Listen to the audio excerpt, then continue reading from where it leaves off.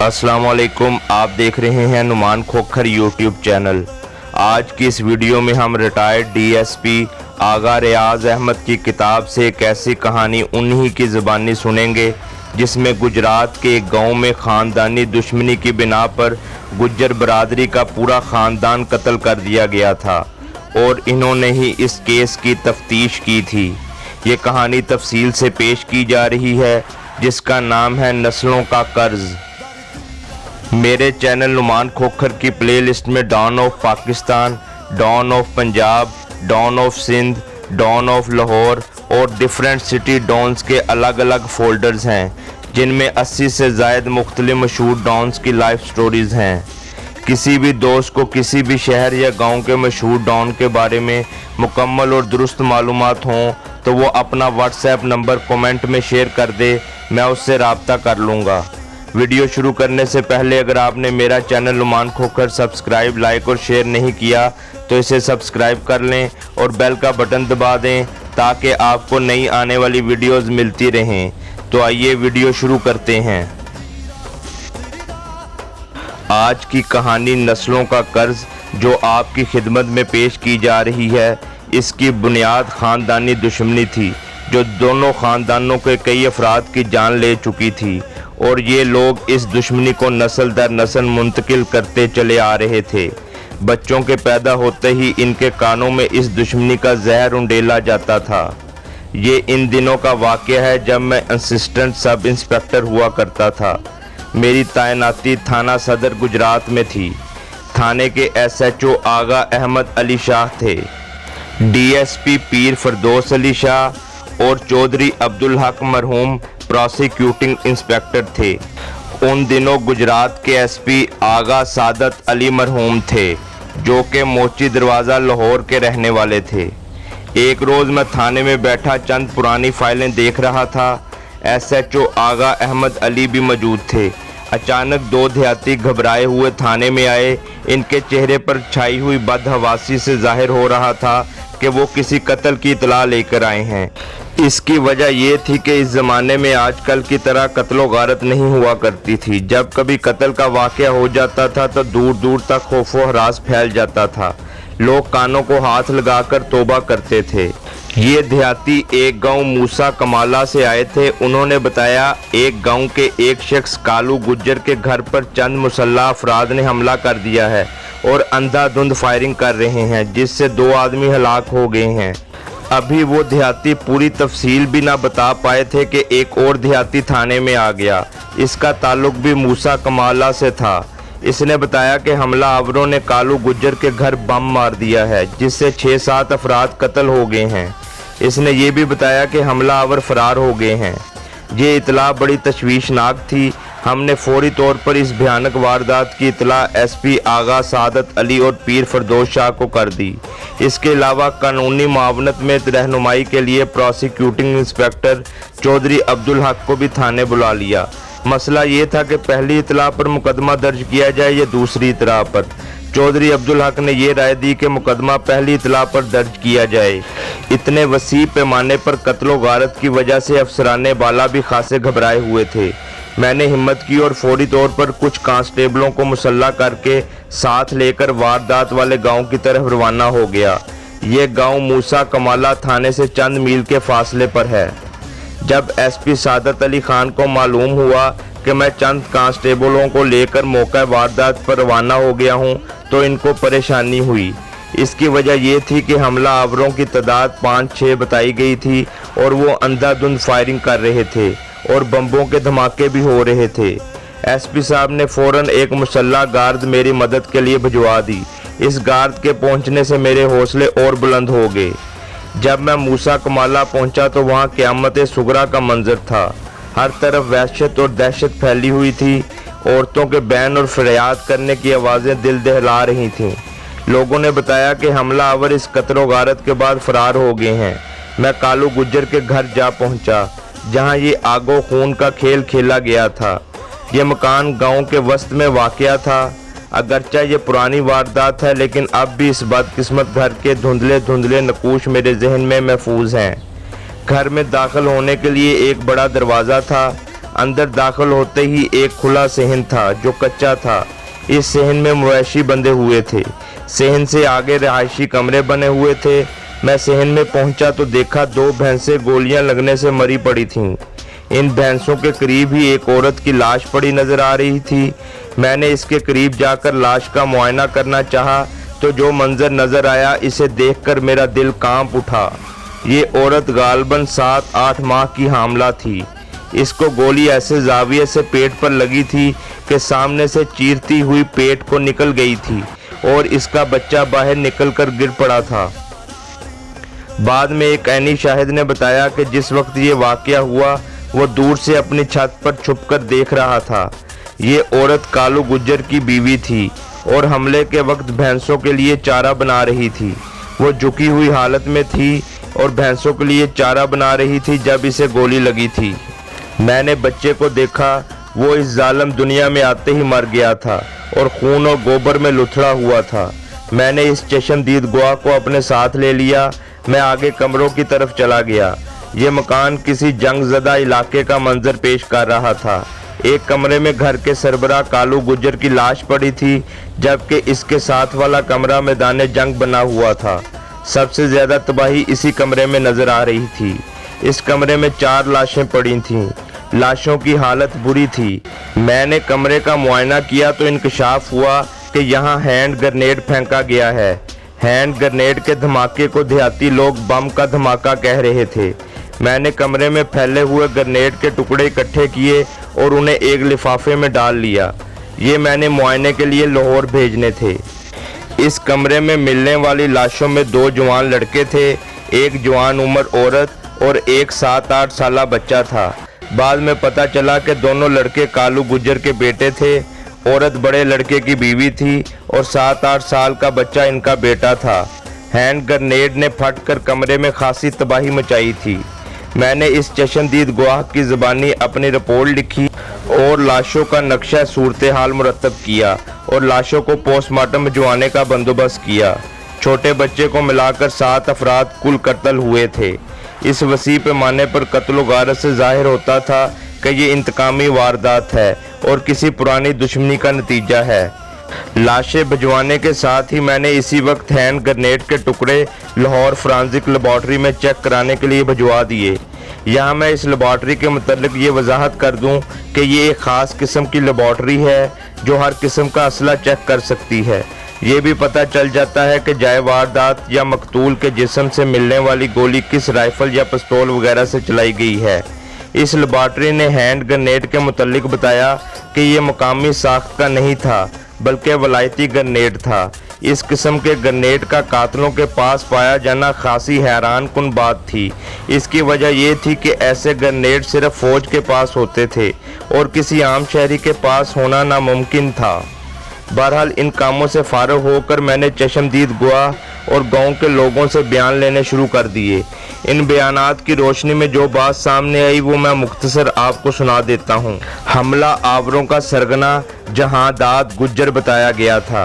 वक़ूए वाले दिन जहांदाद उर्फ जहाना गुज्जर अपने 4 साथियों के साथ मुसल्ला होकर गांव में आया और सीधा कालू के घर जाकर धावा बोल दिया। इसने बड़े दरवाजे और मकान के इर्द गिर्द अपने साथियों को फैला दिया।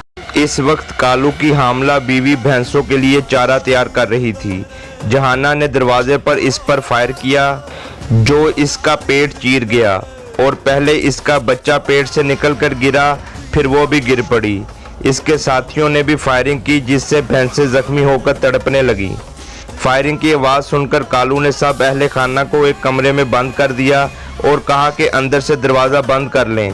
खुद वो बड़े दरवाज़ा बंद करने के लिए भागा, लेकिन इस वक्त एक गोली इसके बाजू पर लगी। वो जान बचाने के लिए साथ वाले कमरे की तरफ भागा। इसी असना में इसे 2 गोलियां और लगीं जो बाद में जानलेवा साबित हुईं।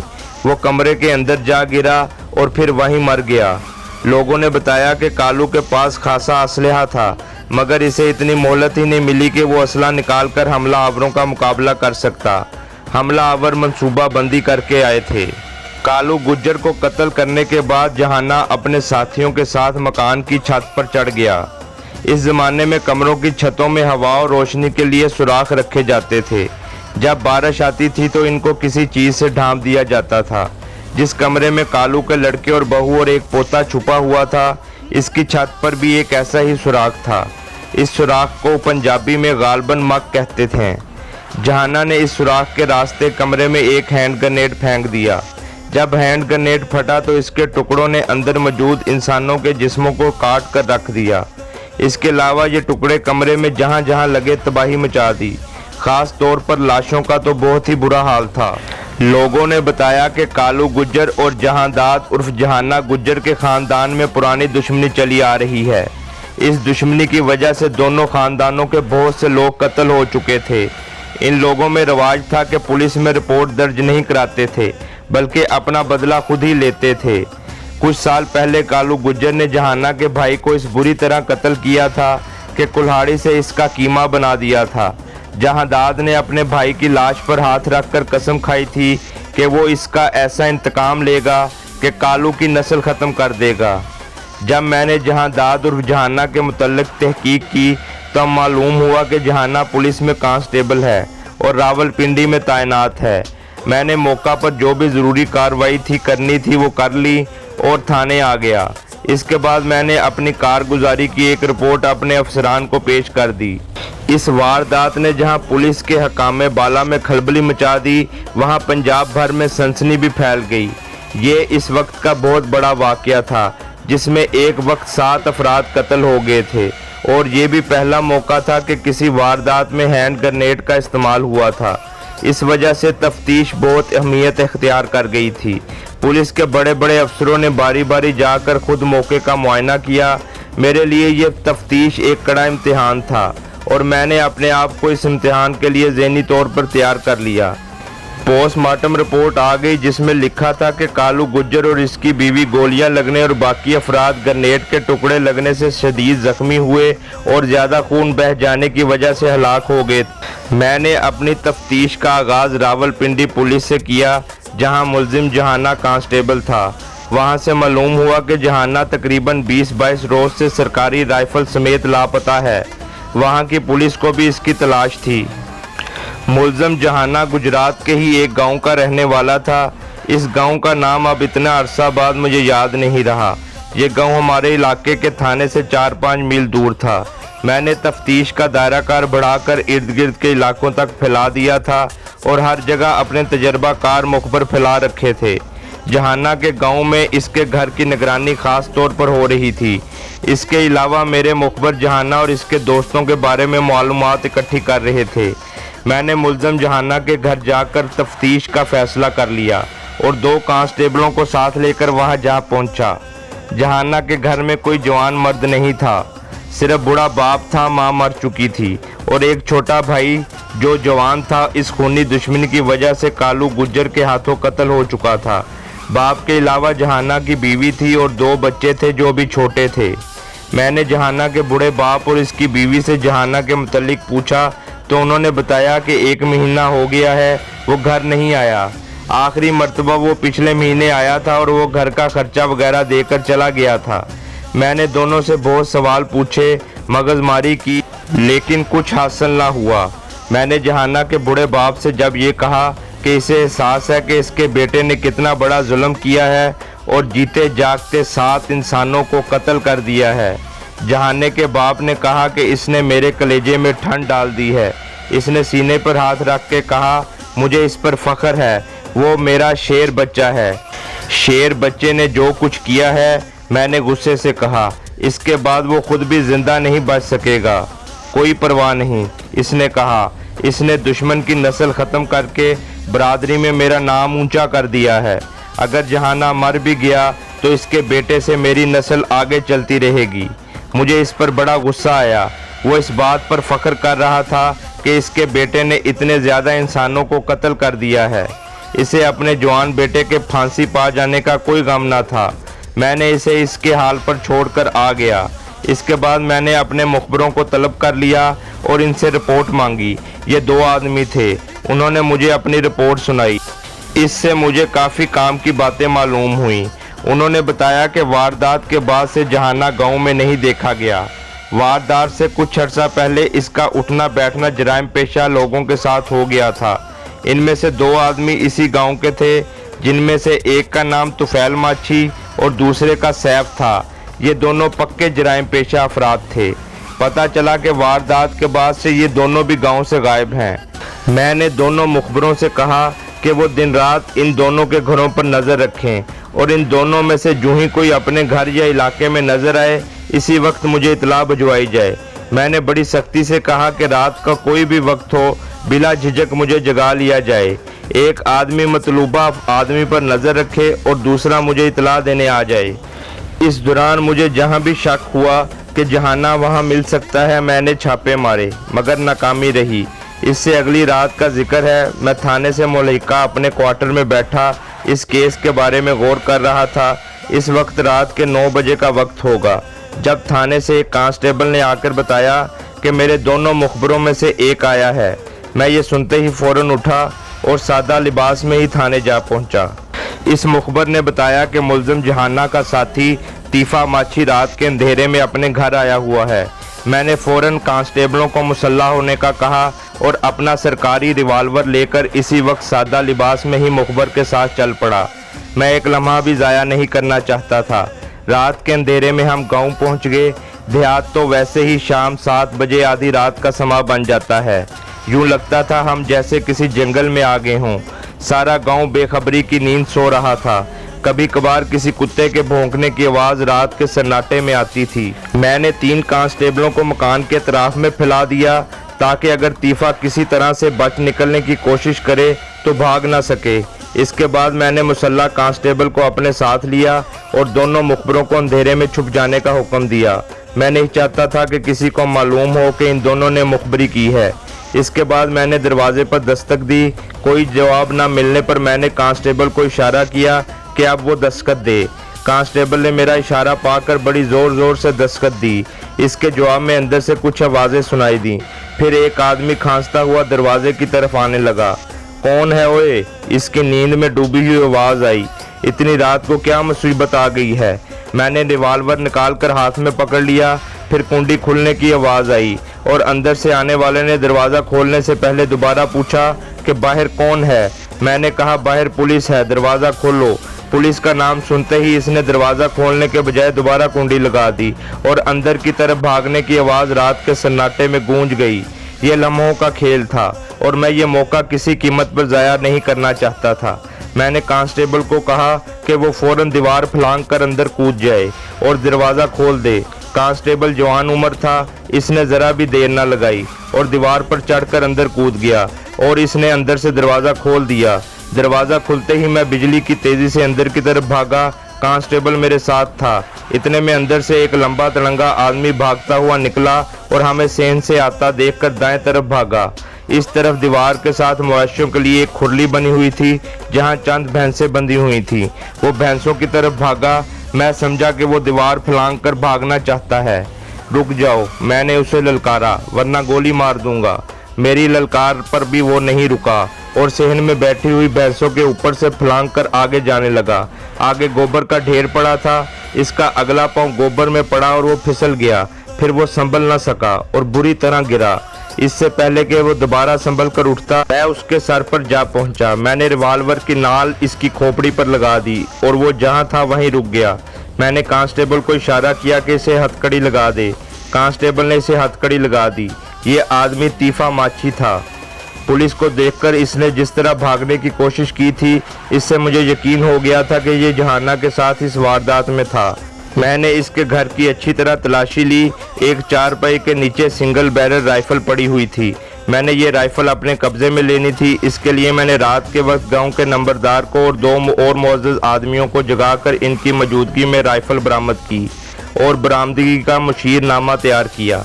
इस पर गवाहों के दस्तखत करा लिए। इसके बाद मैंने मज़ीद वक्त ज़ाया किए बगैर तीफे माछी को पूछगछ के लिए बैठा लिया। इसके लिए मैंने नंबरदार की बैठक में आर्जी तौर पर थाना बना लिया। तीफा माछी पुख्ताकार मुजरम था। इसके लिए इसने मुझे चकमा देने की कोशिशें शुरू कर दी। मैंने पूरी कोशिश की कि इसके मुंह से सच उगलवा लूं, लेकिन इसके अंदाज से मैं समझ गया था कि ये लातों का भूत है जो बातों से नहीं मानेगा। मैंने 2 सेहतमंद कांस्टेबलों को अंदर बुलाकर कहा कि इस कमबख्त पर ज़रा सच की अफादियत जाहिर करें। कांस्टेबल मेरी बात का मतलब समझ गए और उन्होंने तीफा माछी को अपनी लपेट में ले लिया। ये दोनों कांस्टेबल 3rd डिग्री यानी तशद्दुद के माहिर थे। ज़रा देर में ही तीफा माछी चीखें मारने लगा। जब इसकी चीखें बुलंद होने लगीं तो मैंने इसके मुंह में एक कपड़ा ठोंस दिया। मैं ख्वामखा गाँव वालों की नींद खराब नहीं करना चाहता था। जब सच बोलना चाहो तो हाथ से इशारा कर देना, मैंने तीफा माछी से कहा, वरना तुम मर भी जाओगे तो मुझे कोई परवाह नहीं। मैं आम हालात में तशद्दुद का कायल नहीं था, लेकिन हालात ऐसे थे कि मेरे पास वक्त बिल्कुल नहीं था। मैं नहीं चाहता था कि इसके साथी इसके वापस ना पहुंचने पर होशियार हो जाएं। इसलिए मैं रात के अंधेरे में ही बड़ी तेज़ी से तमाम कार्रवाई करना चाहता था। कांस्टेबलों ने दोबारा तीफा माछी को तख्ते मशक बना लिया था। इसके चेहरे से सख्त तकलीफ का इजहार हो रहा था, लेकिन मुंह में कपड़ा ठुसा होने की वजह से वो चीख भी नहीं सकता था। ज़रा ही देर के बाद इसके पसीने छूट गए और वो बेख्तियार हाथ से इशारा करने लगा कि वो बयान देने पर तैयार है। मैं कांस्टेबलों को हाथ से इशारा करके रोका और इसके मुंह से कपड़ा निकालने का कहा। इसके मुंह से कपड़ा निकाला गया तो वो गहरी गहरी सांसें लेने लगा। ज़रा ही सी देर में इसकी हालत बुरी हो गई थी। इसने पानी मांगा जो इसे पिला दिया गया। इसके बाद मैं इससे सवाल पूछता गया और वो जवाब देता गया। इसने जो कुछ बताया वो मुख्तसर यूँ है कि जहाना गुज्जर और इसके साथी वारदात के बाद करीबी जंगल में जाकर छुप गए थे। इसके साथियों में तीफा माछी के अलावा सैफ गुज्जर, आलम और जेदा थे। तीफा माछी ने बताया कि इनके पास खुराक का ज़ख़ीरा ख़त्म हो गया था और मुल्ज़म जहाना ने इसे खाने पीने की कुछ चीज़ें और ज़रूरत का सामान लाने के लिए भेजा था। तीफे ने सुबह मुँह अंधेरे ये सामान लेकर इनके पास पहुँचना था। मैंने इसी वक्त जंगल में जाकर छापा मारने का फ़ैसला कर लिया। अगर ये मौका हाथ से निकल जाता तो फिर दोबारा पता नहीं कब ऐसा मौका आता। तीफा माछी की रहनुमाई में हम रात के अंधेरे में मुल्ज़िमों के ठिकाने की तरफ चल पड़े। तीफा हमारे आगे आगे चल रहा था। इसे हथकड़ी लगी हुई थी। मैंने इसे खबरदार कर दिया था कि इसने भागने या धोखा देने की कोशिश की तो इसे फ़ौरन गोली मार दी जाएगी। वैसे भी हमारा और इसका फासला ज़्यादा नहीं था। आबादी ख़त्म हो गई तो खेतों का सिलसिला शुरू हो गया। हम खेतों से गुजरते हुए आगे ही आगे बढ़ते गए। ज़रा आगे जाकर दरख्तों का इलाका शुरू हो गया। यहाँ बिल्कुल वीराना था। झींगरों के बोलने की आवाज़ें आ रही थीं और वक्फे वक्फे से गिदड़ों की भी आवाज़ सुनाई दे जाती थी। माहौल खासा खौफनाक और डरा देने वाला था। हम मुसल्लह होने की वजह से बेखौफ रात के अंधेरे में आगे बढ़ते रहे। अचानक मुझे खतरे का एहसास होने लगा। तीफा माछी हमें धोखा भी दे सकता था और अंधेरे का फ़ायदा उठाकर करीबी दरख्तों या झाड़ियों के झुंड में गायब भी हो सकता था। दूसरा खतरा ये था कि जहाना पुलिस से भागा हुआ कांस्टेबल था और आम किस्म के जराइम पेशा अफराद से ज़्यादा चालाक और मकार था। इसके अलावा वो और इसके साथी मुसल्ला भी थे। ये सब कुछ सोचकर मैं ज़्यादा मुहतात हो गया और तीफा माछी के बिल्कुल करीब होकर चलने लगा। कांस्टेबलों के पास बड़ी टार्चें थीं जो हमें सरकारी तौर पर मिली हुई थीं। मैंने इस डर से टार्च चलाने से मना कर दिया था कि जहाना वगैरह हमारी आमद से आगाह होकर होशियार हो जाएंगे। एक जगह दरख्तों का झुंड था जहां दरख्त बहुत करीब करीब थे। वहां मुझे अंधेरे में किसी झोंपड़ी के खद्दोखाल नजर आ रहे थे। अचानक तीफा माछी गला फाड़ फाड़ कर चलाने लगा। भाग जाओ ए जहानिए, भाग जाओ, पुलिस आ रही है, भागो। इसके साथ ही झुंड में मौजूद झोंपड़ी में हलचल सी पैदा हुई और भागने की आवाज़ें आने लगी।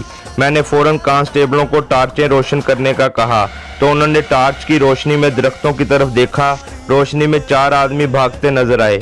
मैंने कांस्टेबलों को इनका पीछा करने का कहा तो वो बड़ी तेज़ी से इनकी तरफ भागे। अचानक मेरा ध्यान तीफा माछी की तरफ चला गया। वो इस अफरा तफरी से फ़ायदा उठाकर आहिस्ता आहिस्ता खिसकता हुआ झाड़ियों की तरफ जा रहा था। अगर मुझे चंद लम्हों की भी देर हो जाती तो वो निकल गया होता। जहाँ हो वहीं रुक जाओ तीफे, मैंने पिस्तौल का रुख इस तरफ करके कहा। ज़रा भी आगे बढ़े तो बिला तामुल गोली मार दूंगा। वो जहाँ था वहाँ पर ही रुक गया। मुझे इस पर बड़ा गुस्सा आ रहा था। थोड़ी देर बाद चारों कांस्टेबल वापस आ गए। इनके साथ 2 और मुल्ज़म भी थे। ये जेदा और सैफ थे। उन्होंने बताया कि भागने वालों में एक जहाना और दूसरा आलम था। वो दरख्तों और अंधेरे का फ़ायदा उठाकर गायब हो गए थे। हम तीनों मुल्ज़िमों को लेकर थाने आ गए। मैंने अपनी कारगुजारी की रिपोर्ट अपने अफसरान को पेश की तो वो बहुत खुश हुए और मेरी खूब हौसला अफजाई की। दिन चढ़ते ही मैंने 10 कांस्टेबलों को साथ लिया और इसी जंगलों में जा पहुंचा जहां रात को मुल्ज़िम जहाना और आलम छुप गए थे। मैंने कांस्टेबलों को दूर दूर फैलकर आगे बढ़ने का कहा। खुद मैं भी इनके साथ आगे बढ़ने लगा। हमने दूर तक जंगल छान मारा लेकिन कोई सुराग ना मिला और हम नाकाम वापस आ गए। मैंने दूसरे मुल्ज़िमों से इकबाली बयान लेकर मुकदमा तैयार करना शुरू कर दिया। मुल्ज़िम जहाना और इसके साथी आलम को मैंने मफरूर करार देकर इर्द गिर्द के थानों में भी इतला कर दी थी। एक रोज़ सुबह सवेरे इतला मिली कि जंगल के इलाके में एक लाश पड़ी है। इतला लाने वाला एक लकड़हारा था जो जंगल में लकड़ियां काटने गया था। मैं फ़ौरन मौका पर जाकर कार्रवाई की और लाश को अपने कब्जे में ले लिया। लाश की हालत खासी बुरी थी और जगह जगह से गीदड़ों और दूसरे जंगली जानवरों ने गोश्त खा लिया था। अलबत्ता लाश का चेहरा सलामत था। मुझे शक था कि ये लाश मफरूर जहानिया या आलम की होगी। मैंने लाश का नजरी मुआयना किया तो मालूम हुआ इसे गोली मारकर कत्ल किया गया है। गोली दिल के करीब लगी थी और फेफड़ों को चीरती हुई निकल गई थी। बहरहाल मैं लाश लेकर थाने आ गया और गिरफ्तार शुदा मुल्ज़िमों को दिखाकर शनाख्त करने का कहा। उन्होंने ये देखते ही शनाख्त कर ली। ये मफरूर जहानिया की लाश थी। मेरी समझ में नहीं आ रहा था कि जहानिया को कौन गोली मार गया। यही क्यास किया जा सकता था किसी बात पर जहानिया और आलम का झगड़ा हो गया और आलम ने इसे गोली मार दी। आलम खुद भाग गया। बहरहाल मैंने पोस्टमार्टम कराने के बाद लाश जहानिया के बाप के हवाले कर दी। अपने शेर पुत्र की लाश देखकर इस पर सख्ता तारी हो गया, लेकिन मुझे इस पर ज़रा भी तरस न आया। इसने जो बोया था वही काटा। इसके बाद आलम को बहुत तलाश किया गया लेकिन वो ना मिल सका। वो गालबन किसी दूर दराज शहर की तरफ निकल गया था। मैंने केस तैयार करके मजिस्ट्रेट को पेश कर दिया। इसने तीनों मुजरमों को सजाए मौत सुना दी। मुजरमों की तरफ से सेशन कोर्ट में अपील दायर की गई। सेशन कोर्ट ने भी इनकी सजाए मौत बहाल रखी। सेशन जज का नाम गालबन बशीरुद्दीन था। इसने अपने फैसले में लिखा था कि इतने ज़्यादा इंसानों के कत्ल में शामिल ये मुजरम किसी रायत के मुस्तहिक नहीं हो सकते। इस केस की कामयाब तफ्तीश के बाद मुझे फौरी तरक्की देकर सब इंस्पेक्टर से इंस्पेक्टर बना दिया गया।